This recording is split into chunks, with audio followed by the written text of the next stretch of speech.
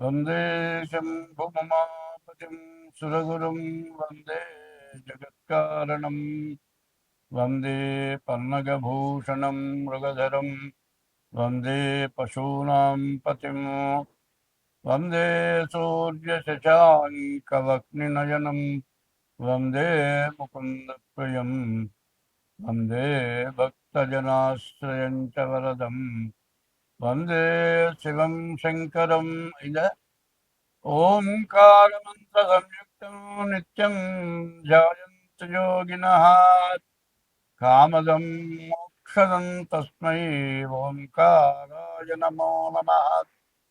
నమస్తే దేవదేవేశ, నమస్తే పరమేశ్వర, నమస్తే వృషభారూఢ నకారాయ నమో నమః. మహాదేవం మహాత్మానం మహాపాతకనాశనం మహాపాపహరం వందే మకారాయ నమో నమః. శివం శాంతం జగన్నాథం లోకానుగ్రహకారణం శివమేకం పరం వందే శ్రీకారాయ నమో నమః. వాహనం వృషభోజస్య వాసుకీ కంఠభూషణం వామి శక్తిహరం వందే వకారాయ నమో నమః. యత్ర కుత్ర స్థితం దేవం సర్వవ్యాపినమీశ్వరం యల్లింగం పూజయేన్ నిత్యం చకారాయ నమో నమః. 2026 సంవత్సరం ఆగస్టు నెల 3వ రాశి మిథున రాశి. ఈ మిథున రాశికి కేతువు, శుక్రుడు, గురువు, బుధుడు 4 గ్రహాలు బాగున్నాయి. మరి బుధుడి వల్ల వ్యాపారం, విద్య, ఉద్యోగం, విదేశీయానం, వివాహం కావడానికి బాగా అవకాశం ఉంది. చేసేటువంటి వృత్తిలో మంచి జ్ఞానం కలిగి అనుకున్న పని పూర్తిగా సాధించగలిగిన శక్తి సామర్థ్యాలు ఖచ్చితంగా ఉంటాయి. దీన్ని మీరు ఉపయోగించుకోవాలి. అయితే చాలామంది ఏం చేస్తున్నారంటే, నా జాతకం బాగుందని చెప్పారు కదండి, నాకేమీ బాగాలేదు, అంతా నష్టం జరుగుతుందని అడుగుతారు కొంతమంది. ఇప్పుడు గోచారం చెబుతోంది. ఈ గోచారం ఎట్లా వస్తుంది? డేట్ ఆఫ్ బర్త్ రోజున, పుట్టిన తారీఖు రోజున నక్షత్రాన్ని బట్టి రాసిస్తుంది. నిన్ను పెద్దవాళ్ళ పేర్లు, తండ్రి పేరు, తాత పేరు పెడతారు. ఆ పేరు పెట్టిన వాళ్ళ పేరుతో మీకు జరగదు. పుట్టిన నక్షత్రాన్ని బట్టి పేరు పెట్టాలి, అది గోచారం అవుతుంది. మరి ఏదో పేరు పెట్టి నాది ఈ రాశి అంటే అది సరిపోదు. రాశి తెలియాలి అంటే మాత్రం పుట్టిన తారీఖు, నెల, సంవత్సరం, టైము, ఆ రోజు ఆ నక్షత్రాన్ని బట్టి రాసి వస్తుంది. పుట్టిన టైమును బట్టి లగ్నం వస్తుంది. కాబట్టి ఈ రాశి పరిస్థితి ఏమిటా అంటే 100కి 100 పాళ్ళు చాలా బాగున్నది. కానీ ఈ సంవత్సరం అంతా కూడా చెప్పాలి అంటే రాహుకేతువుల మధ్యలో గ్రహాలు పడ్డాయి. దీనివల్ల చాలా నష్ట కష్టాలు ఎక్కువగా ఉంటాయి. దుర్మార్గుల యొక్క ప్రాబల్యం ఎక్కువగా ఉంటుంది. దుర్మార్గుల వల్ల అనవసరమైన ఖర్చులు తయారవుతాయి. ఎట్లా ఉంటుంది అంటే, నేను ఒక అతనే చెప్పాను, నీకు శని బాగాలేడయా, నువ్వు జాగ్రత్తగా ఉండు, అనవసరమైన ప్రయాణాలు చేయబాకు అని చెబితే ఎవడో ఒకడు వచ్చారా, ఇంట్లో ఎందుకు కూర్చుంటారు, అట్లా సినిమా పోయిద్దాం రారా అన్నాడు. వాడు బండి తీసుకొచ్చాడు. బండి మీద వెనకెక్కారు. ఇద్దరు బయలుదేరారు.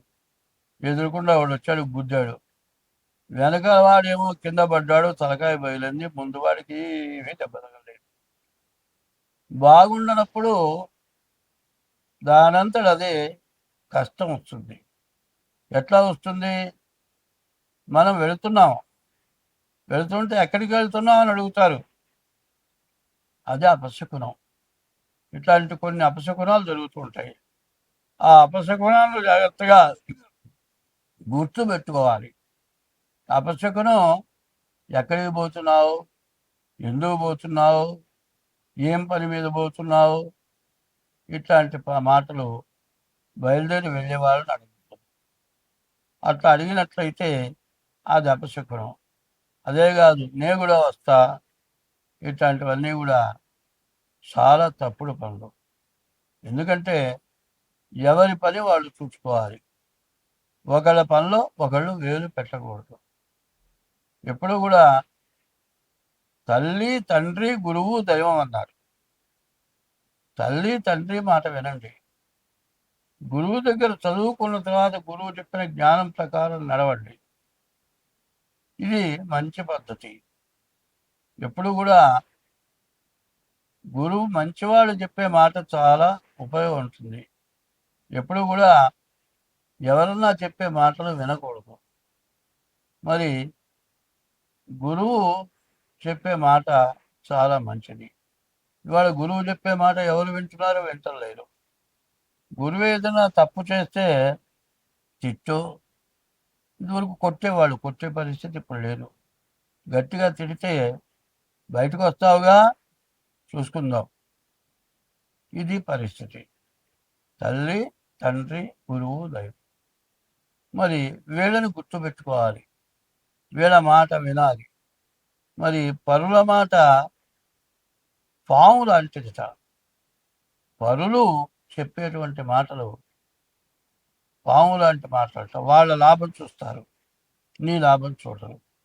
కాబట్టి ఈ రాశి వాళ్ళ పరిస్థితి చూడాలి అంటే విద్య బాగుంది, వ్యాపారం బాగుంది, వివాహం కావటానికి అవకాశం ఉంది, మంచి జ్ఞానం కలగటానికి అవకాశం ఉంది.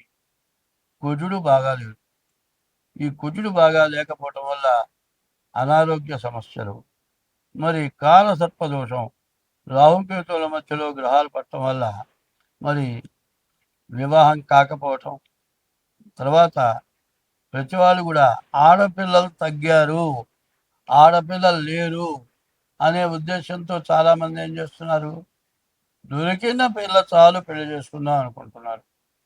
దీనికి షష్టాష్టకాలను ఉన్నాయి. కాల సర్ప దోషం అని ఉంది, కుజ దోషం అని ఉంది.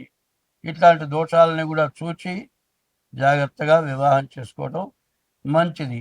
ఇట్లా కాకుండా తొందరపడి వివాహం చేసుకున్న వాళ్ళు ఆ వివాహ వ్యవస్థ చాలా దెబ్బతింటోంది. ఎందుకంటే తొందరపడి వివాహం చేసుకున్నటువంటి వాళ్ళు ఇవాళ ఎట్లా ఉన్నారంటే, చేసుకున్నటువంటి ఆమెని ఎట్లా వదిలించుకోవాలి, ఆమె వదలదు, మళ్ళీ పెళ్లి చేసుకుంటాను లేదు. చివరికి ఇవన్నీ చూసిన తర్వాత ఆడపిల్లలు కానీ మగపిల్లలు కానీ ఇక మనకు పెళ్ళే ముద్దు, పెళ్ళే చేసుకోకూడదు, ఈ పెళ్లి చేసుకొని లంపటం తగిలించుకుంటున్నాం అనేటువంటి ఆలోచనకు వస్తున్నారు. అందరూ కూడా ఈ రకమైన మనస్సును మార్చుకోవాలి. ఎప్పుడు కూడా కష్టము సుఖము రెండు సమానంగా చూసుకోవాలి. విపరీతమైన కోరికలు చంపుకోవాలి. ఎప్పుడు కూడా వేళ్ళకి తినటానికి తిండి, కట్టడానికి గుడ్డ అంటూ దొరికితే ఏ రోజుకైనా సంపాదించుకోగలం అనేటువంటి పద్ధతి ఉంటే ఎప్పటికీ ఏ రోజుకి ఇబ్బంది, కష్టం, నష్టం రాదు. కాబట్టి ఈ రాశి వాళ్ళు ఎంత జాగ్రత్తగా ఉంటే అంత మంచిది. తర్వాత ప్రతి వాళ్ళు కూడా అందరికీ చెబుతూ ఉన్నాను, మీ డేట్ ఆఫ్ బర్త్ ద్వారా ఈ సంవత్సరం తప్పనిసరిగా మీ జాతకం చూపించుకోవడం చాలా అవసరం. అట్లా చూపించుకొని ఏదైతే దోషం ఉందో ఆ ఒక్క దోషానికి కూడా ఆ దోషం పోవటానికి మరి తగిన ఉపశాంతి చేసుకుంటే మీరందరూ కూడా బాగుంటారు. స్వస్తి. ఇటువంటి దానాలు ఎవరు చేయటలేదు. దానాలు చేయకపోగా అందమైన ఆడపిల్లని హింసించటం, కనీసం 10 సంవత్సరాల లోపల పిల్లల్ని కూడా చెడగొట్టడం, ఇట్లాంటి మహాపాపమైన పనులు చేయటం వల్ల ఏలినాటి శనిలో ఎంత పుణ్యం చేసినా, ఎంత గ్రహశాంతులు చేసినా ఆ 7 సంవత్సరాల 6 మాసాల లోపల పడరాని కష్టాలని పడి చివరికి బతికి బయటపడతావా అన్నంత పరిస్థితి బాగా కనబడుతూ ఉన్నది. కాబట్టి ఈ మేషరాశి వాళ్ళు ఎంతో జాగ్రత్త పడి ముందుగా మీ డేట్ ఆఫ్ బర్త్ ద్వారా జాతకం చెప్పించుకోవడం చాలా అవసరం. మీకు ఇప్పుడు డబ్బులు వస్తాయి, డబ్బు బాగా సంపాదిస్తారు. ఎప్పుడు వచ్చే సంపాదన కంటే ఎక్కువ సంపాదన వస్తుంది. ధనమిచ్చిన మదమిచ్చును, మదమిచ్చిన దుర్గుణము మానక హెచ్చును. మొన్న ఈ మధ్య ఒకటి చెబుతున్నారు, కోటీశ్వరుడు ఓ పిల్ల కావాలని కోరుకున్నాడు. ఎన్ని విధాల ప్రయత్నం చేసినా ఆ పిల్ల ఇతని మాటలకు లొంగలేదు. చంపి ముక్కలు ముక్కలుగా నరికాడు. ఏమన్నా వచ్చిన ప్రయోజనం ఉందా? ఎప్పుడు కూడా ఎవడు ఎంత పుణ్యం చేసుకుంటాడో వాడికి తగినటువంటి భార్య దొరుకుతుంది అని శాస్త్రం చెప్తుంది. ఏమిటా అంటే ఒక గుడ్డ కొనుక్కొని కొన్నాళ్ల పాటు కట్టుకొని ఆ గుడ్డ రంగు పోయిందనో చిరిగిందనో అవతల బారేసి వేరే గుడ్డ కొనుక్కుంటారు. కొత్త గుడ్డ కట్టుకుంటారు, పాత గుడ్డ పారేస్తారు. ఇవాళ ఆడ మనిషి అంటే అందం ఉన్నంతకాలం అనుభవించి తరువాత ఆ ఆడ మనిషిని వదిలిపెట్టడం, పరస్త్రీ వ్యామోహం కలగటం, ఇటువంటి దుర్గుణాల వల్ల మన భారతదేశం, మన హిందూ మతం అనాది మతం. ఈ అనాది మతంలో ఇటువంటి పనులు జరగటం లేదు. ఇంతకుముందు ఎప్పుడూ జరగలేదు. ఒక మగవాడికి ఒక్కతే భార్య, ఒక ఆడ మనిషికి ఒక్కడే భర్త. ఈ విధమైన పద్ధతులు అనాది మతం నుంచి గృహస్థాశ్రమ ధర్మం ఉంది. ఆ ధర్మాన్ని తప్పి సంచరించడం చేత అనేక రకాలైన బాధలు. ఈ సంవత్సరం పరాభవనామ సంవత్సరం. ఎవడు ఏ తప్పుడు పని చేస్తాడో వాడికి తగిన పరాభవం తప్పదు. కాబట్టి ఈ మేషరాశి వాళ్ళు, ఎందుకంటే ఇది గోచారం, ఈ గోచారం 25 వంతులే జరుగుతుంది. మిగతా 75 వంతులు పుట్టిన తారీఖు, నెల, సంవత్సరం, టైము దాని మీద జరుగుతుంది. కాబట్టి డేట్ ఆఫ్ బర్త్ ద్వారా మీ జాతకం చూపించుకోవటం. అట్లా డేట్ ఆఫ్ బర్త్ లేకపోతే హస్తసాముద్రిక ద్వారా మీ జాతకం చూపించుకొని దానికి ఎటువంటి దోషాలు ఉంటే దానికి తగిన శాంతి చేసుకోవటం చాలా అవసరం. స్వస్తి.